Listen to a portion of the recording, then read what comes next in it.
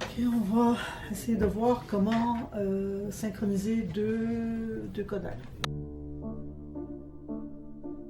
Idéalement, il faudrait que lors du tournage, qu'on ait fait un clap visible sur les deux caméras en même temps. Au Caire.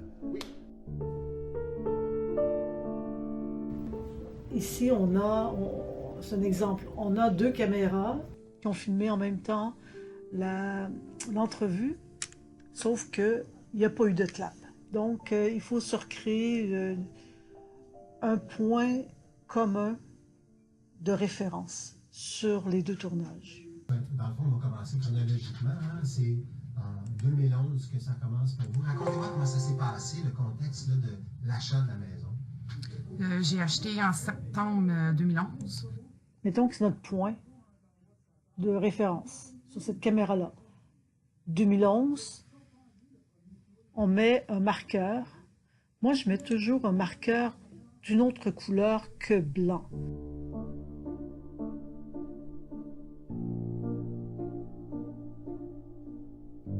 Je mets un marqueur vert, ça c'est mon choix personnel, que j'identifie, je vais l'identifier par clap, même si c'est pas un clap. Et je vais faire le même exercice sur l'autre caméra. Je vais essayer de repérer le même endroit où la dame dit 2011. Septembre 2011. Voilà, c'était tout de suite au début. Donc, je mets aussi un marqueur. Clap. Clap. Enter. Et si je veux aller chercher, par exemple, une clip. Depuis, je l'ai appris le 30 novembre 2014. Donc ça serait notre clip. Pour faciliter les choses, on va utiliser le marqueur de sortie, ce que j'ai appelé dans le petit document écrit, le marqueur numéro 2. Et ce qu'on va faire, c'est qu'on va déplacer le marqueur numéro 1 jusque sur le clap. OK. Là, on s'en vient dans la petite fenêtre ici, en haut à droite. Cette petite fenêtre-là indique la durée entre le clap et la finale de notre clip. Donc, on parle d'une durée de 8 minutes 23 secondes. Moi, je l'écris toujours sur papier parce que des fois, ça... Oups, justement, je me suis trompée, là. 8 minutes 23 secondes parce que des fois, il y a beaucoup de chiffres puis on finit par les oublier. Donc, on a notre durée, on s'en va sur la deuxième caméra. On place notre curseur in sur le clap, qui est notre point de référence, et on déplace le marqueur 2, de sorte qu'on retrouve dans la petite fenêtre en haut à droite la durée de 8 minutes 23. J'ai à peu près ça, là. Donc, je laisse le marqueur là et je viens déplacer le in juste avant, parce que c'est une courte clip. Là, on l'écoute. Je l'ai appris le 30 novembre 2014. Je suis venue ici la première fois. OK, c'est ça. Donc, on vient de l'entendre. Je l'ai appris le 30 novembre 2014. Parfait. Donc, on a notre clip. OK. Donc, présentement, on a dans le squelette la clip. C'est beaucoup. Oui. Voilà, elle est là. Je l'ai appris le 30 novembre 2014. C'est vraiment... C'est une clip qu'on veut conserver au niveau du son parce que le meilleur son a été pris avec la F55.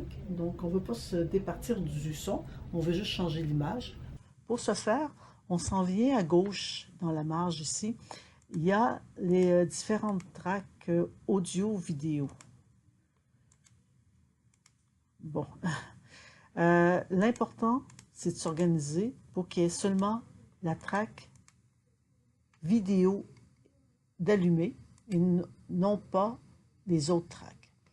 Ce qu'on fait, une fois qu'il n'y a que la track vidéo d'allumer, on vient peser sur la petite flèche bleue ici.